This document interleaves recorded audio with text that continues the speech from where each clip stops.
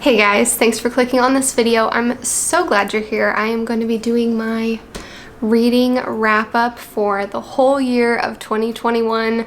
So excited. I love doing these videos because it helps me see, one, how many books I read, and then I also am breaking it down into how many physical books I read. I've got all the stats for everything, so I'm really excited to get into this. I hope you guys like book related content because I love it.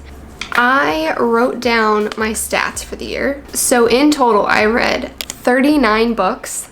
That is the most I have ever read in a singular year. And so I'm super happy and proud of myself. I think a big factor was me not being on social media. I had way more time. I read way more books. I usually set my goal for the year at 24 books. I've done 24 books for the last 3 years, and I've at least hit it or exceeded it. But this year I far exceeded 24 and read 39. Crazy. Within the 39 books, 20 of them were physical copies, so hold it in your hand, a physical book. There were 9 ebooks that I read. This was the first year that I had ever read ebooks because I now have an iPad. I bought that earlier in 2021. I was able to read ebooks, which I had never tried before, and ended up really liking it. I like reading the physical copy better because it's less straining on my eyes, but I like the fact that I can use my Libby app and just get any books from the library. And then 10 of those were audiobooks. Usually in the past, if I had a higher number of books read that year, it was because I read a lot more audiobooks or listened to a lot more audiobooks. But this year, the vast majority, 29 of the books, were me physically reading them. I am super proud of myself for this accomplishment. I have set my goal for 2022 to be at least 30 books, so I did do a jump up from 24 to now at least 30. I always said I want to at least read 24 books, but if I read more, then that's great. And now I want to read at least 30. It would be great to surpass 39, but I want to read at least 30 in 2022. Okay, so then breaking down into categories, 13 of them were nonfiction and 26 were fiction. So I read a lot more fiction than I think I realized. I think almost all of the audiobooks were fiction and all of the ebooks were fiction. Why don't we get into the books? I do have reading vlogs of a lot of these books that I'm going to talk about, so if I remember, I'll either put them in the cards or in the description if you wanted to know more of my thoughts, because I'm not going to share in depth on all these books. That would be a very long video, so I'll just share my star rating and kind of a brief little thought about the book or something like that. So I'm gonna go in order of when I read them. So the first book I read in 2021 was called Christ at Work in Your Transition. This was kind of one of those books that actually Nick had it and I just randomly picked it up. We were moving at the beginning of last year and I was like, is this even a good book? Do we want to bring this or should I get rid of it? And so I just read it really quick to see if I wanted to keep it. I ended up getting rid of it. It's not a bad book. It was just mediocre. It was okay. And I gave that one a 3-star. The next one I read was The Screwtape Letters by C.S. Lewis. This one was a reread for me. I think I've read it either 2 or 3 times at this point. I felt like this last time I read it, I didn't enjoy it as much as the first time I read it. So I think I gave this one a 3-star. I think maybe it depends on where I'm at in life and what speaks to me and what doesn't. Then the next one, actually Nick and I listened on audio to this one, was Murder on the Orient Express by Agatha Christie. We listened to this in the car ride from moving from Washington to Tennessee. It was a nice break. We were traveling on the road for 6 days, so it was a nice break in between podcasts and music to actually listen to a book, and then we really enjoyed it, and then we watched the movie. So I ended up giving this one a 4-star. Really liked it. A great Agatha Christie. And then another one I listened on audio was All That Remains by Patricia D. Cornwell. I had never read anything from her, so I just tried like I think this and one other audiobook from her. It was okay, nothing like phenomenal, nothing that stood out to me. I ended up giving it a 3-star. Crime mystery, if you like it. It was just okay. And then I read Deceived No More by Doreen Virtue. I read this with my friend Kate, and we did reading vlogs of it, so I'll make sure to link it.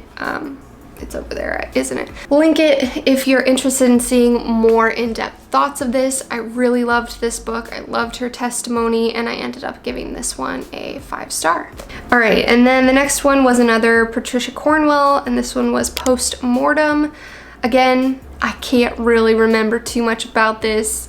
One, I listened to it on audio, and it was a while ago that I did, but apparently I gave it a 4-star on Goodreads. So I liked it better than the other one I read.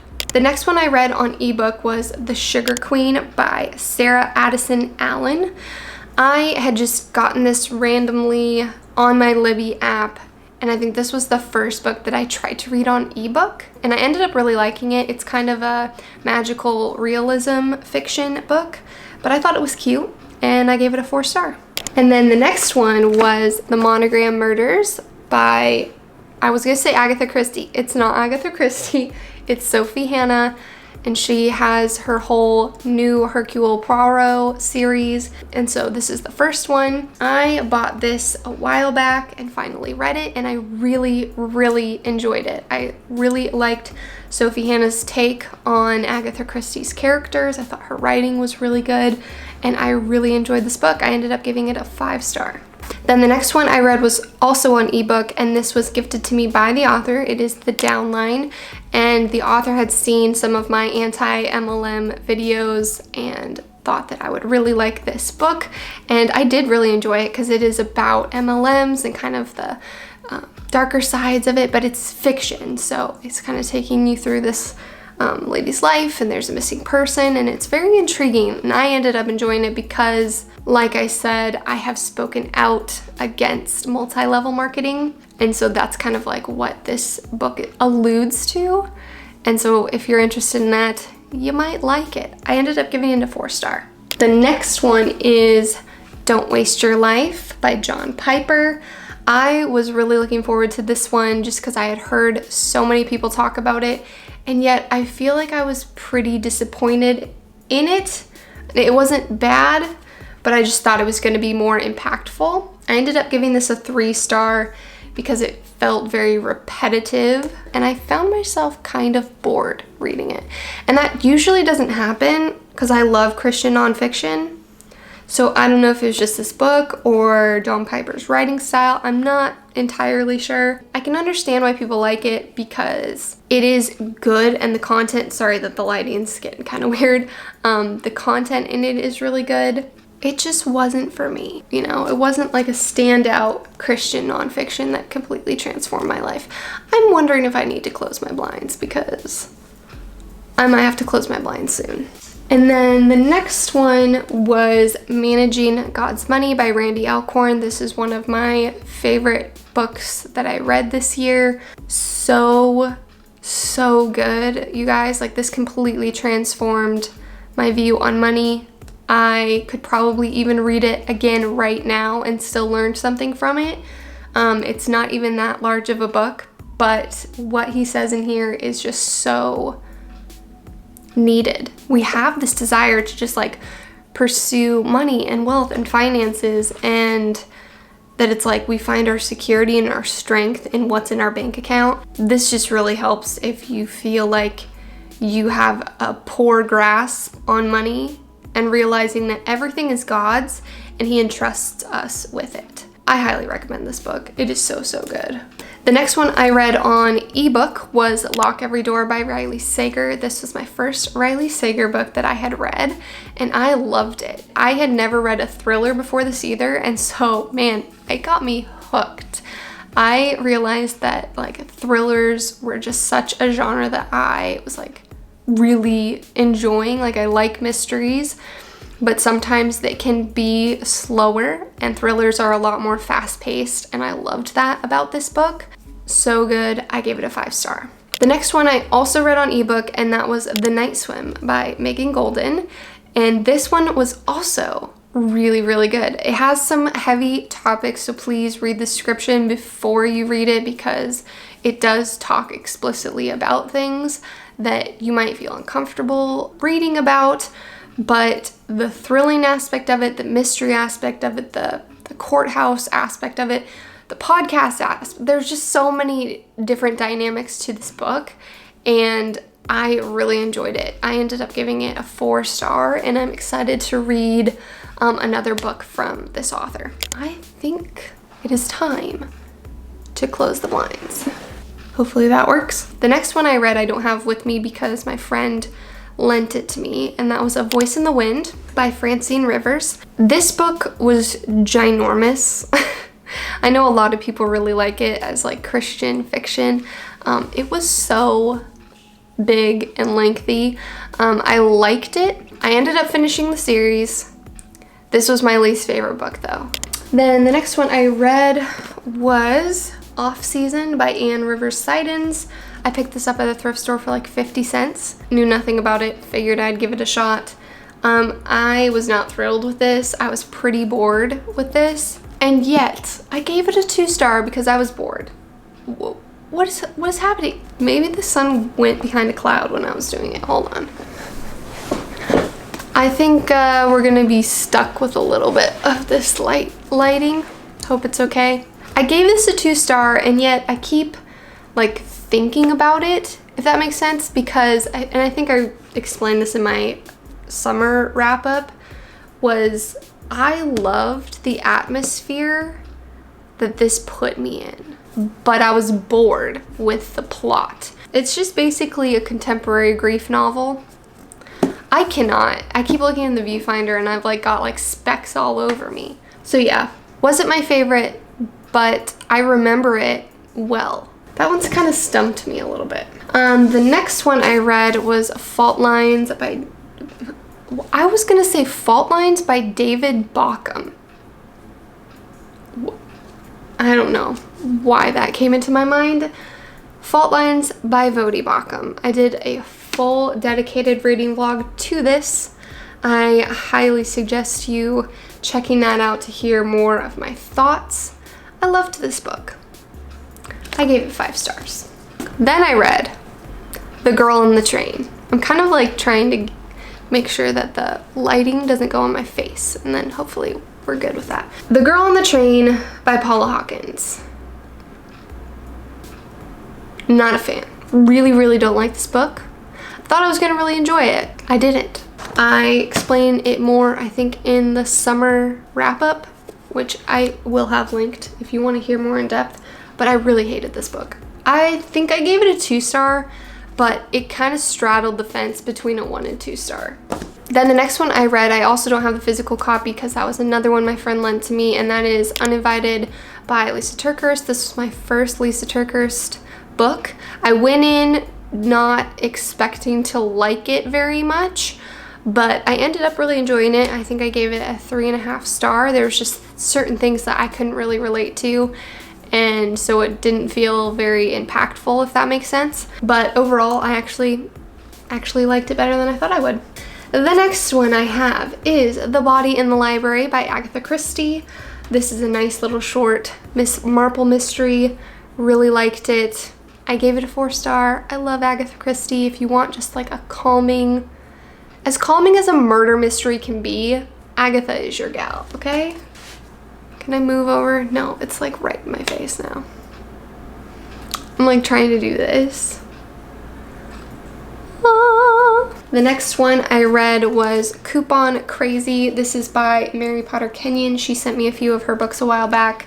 This was the first one I got to reading. Very nostalgic for me because my mom couponed a lot and we just kind of couponed growing up. It kind of made me miss doing that. I am a very like thrifty shopper and frugal person just by nature and probably how I grew up. So this I really enjoyed.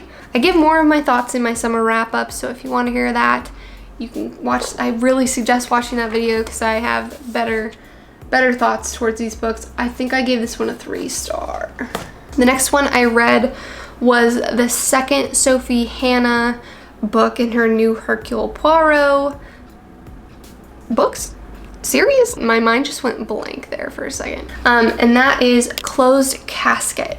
This I really enjoyed. I read this on ebook. This is such a classic, like windy, twisty, turny, just literally classic mystery set in like a big old mansion. Everyone's in the house, someone dies, who done it?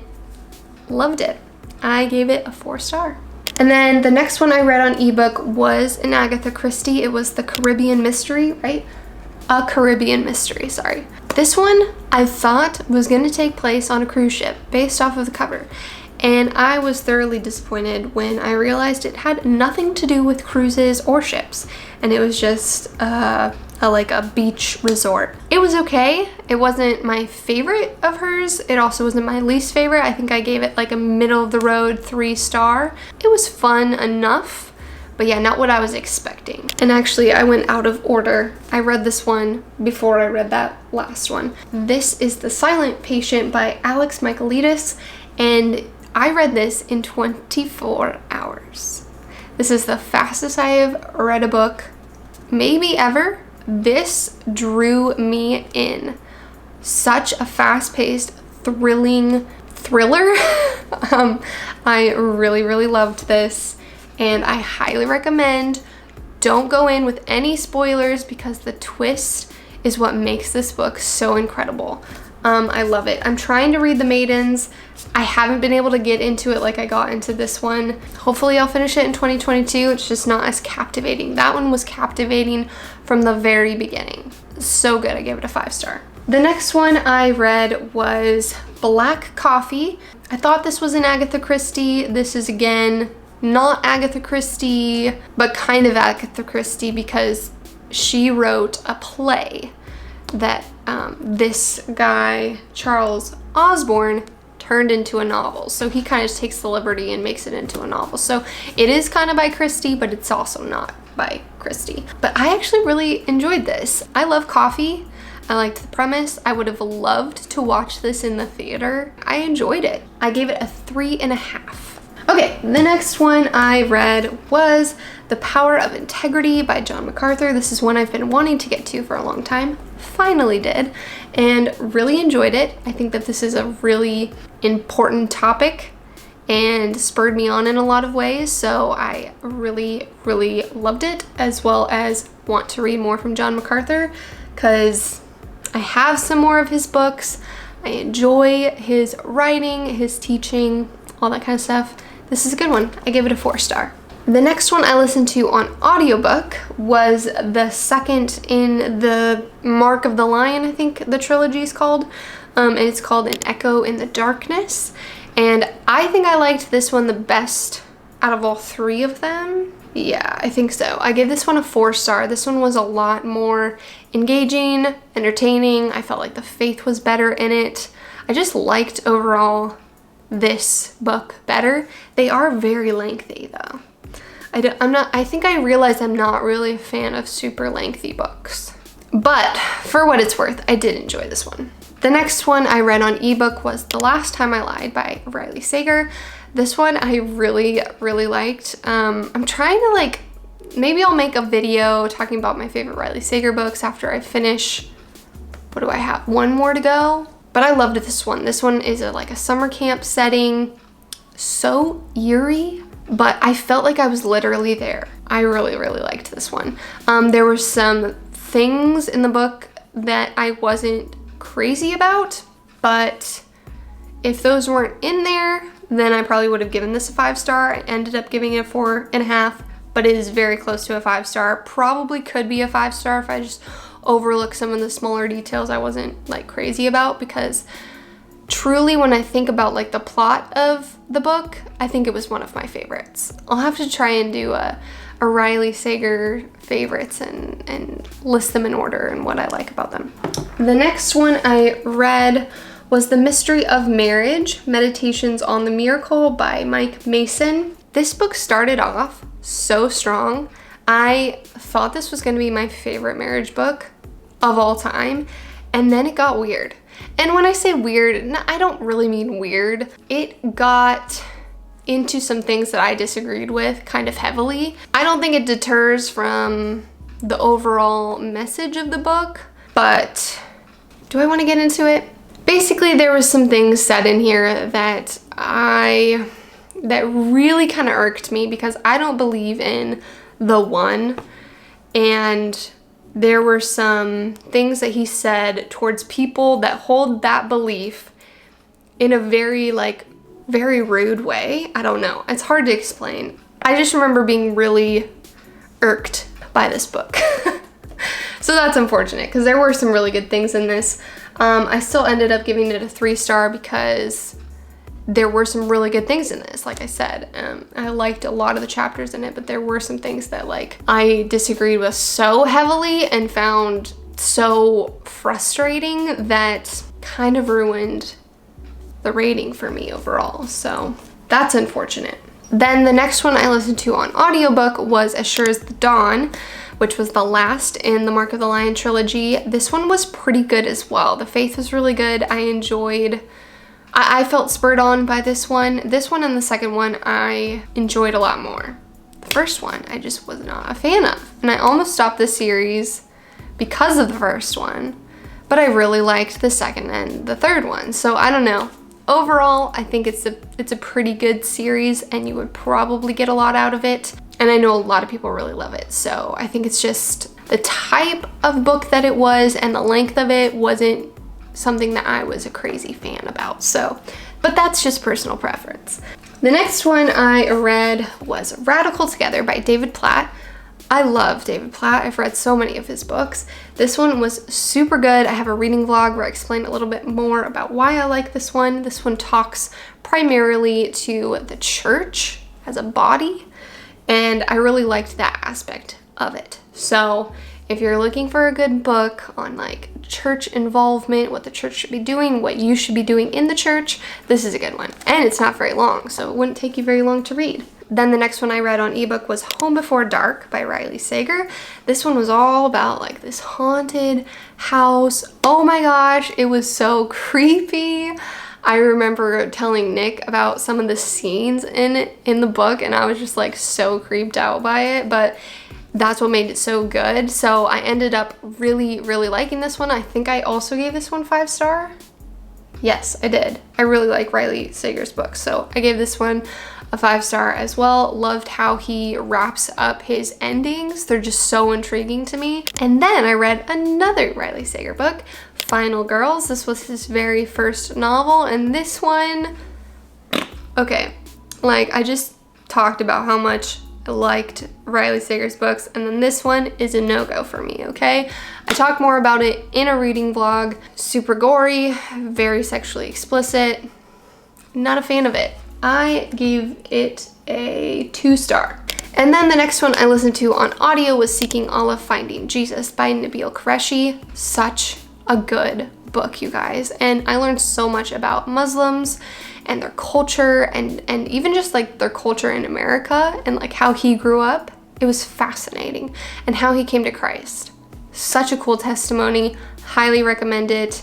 I gave this one a 4-star. Then the next audio book I listened to was Love and Gelato by, who is this by? Jenna Evans Welch. And I was just wanting something a little bit different, a little bit more lighthearted, something that took place in Italy because I'm trying to learn Italian and loving it, by the way. So I wanted to kind of be put into that culture, and this did the trick, you guys. I loved this book. It was so cute, and the atmosphere was really fun. The relationships were really fun. I really liked it. I think I gave it a 4-star. Yeah. And then that made me want to read the second in her trilogy, Love and Luck, and this takes place in Ireland.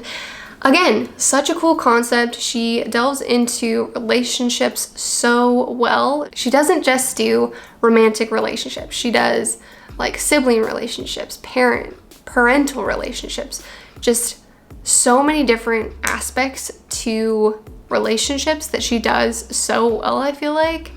I really liked this one as well. I gave this one a 4-star. And then I finished my devotional. So I think I had started this devotional maybe in May because my friend Kate recommended that I get this devotional. I am so glad she did because I loved this. This is by Charles Swindoll. It's Living the Psalms. And I also picked up Living the Proverbs that I will read this year. I'm very excited. When I read some of these, I literally was just in tears because of how directly it felt like it was speaking to me and what I was feeling, what I was thinking. Such a good devotional. I love it. And then I read the last one in the Jenna Evans Welch trilogy, and that was Love and Olives. And this took place in Greece. So cool. So just like all of her books, you guys. I recommend the whole series or trilogy that she had because it's cute, it's engaging, it's atmospheric, it's a lighthearted read, but also dives into like relationships that I think we could learn a lot from. I liked all of them. I gave this one a 4-star as well. Okay, and then I read New Life in Christ by Stephen Lawson. Love Steve Lawson. Have listened to his sermons for a very long time. This is the first book I've read from him and blown away, you guys. Literally blown away. This book, oh, so many times I was just like, yes and amen, yes and amen. He dives into what it looks like to be born again in such a tangible way. I would recommend this to unbelievers and believers. I think that the truths that he explains and how he explains it could apply to both people. A lot of Christian nonfictions that I read are very much centered on the already believer. But I think he does a really good job of addressing the believer and the unbeliever in this. And false converts, please read this. I know you don't know that you're a false convert. I was a false convert. Thought I was a Christian for most of my life and then realized I wasn't. If that sounds like you, if you've just been going to church your whole life but don't feel like you actually have a relationship with Jesus, you should probably read this book because it will help you deal with that and deal with the truths that you've heard growing up and what it truly means to be born again and be saved. Love this. Highly recommend.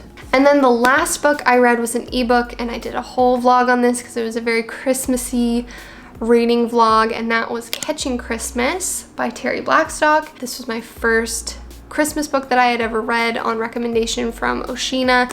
I loved this book. It was so cute, and I'll link my reading vlog because I talk more in depth, but one of the main characters just is so Luke from the Gilmore Girls, and I love this. It made me laugh, it made me cry, it made me happy, just all the emotions. And very Christmassy feeling, but loved this. Gave it a 5-star, I believe. Yes, I gave it a 5-star. So that wraps it up. That is 39 books. Here's the stack of physical books that I at least have with me, but a lot of them were audio, ebooks, or lent to me to read. I'm excited for what books I'm gonna read in 2022. I've already started, and I've started on some really good books. But yeah, let me know some of the books that you read last year, maybe some of your favorites, or if you've read any of these books, what you thought. I'd love to hear from you. Thank you so much for watching. I will see you in my next video.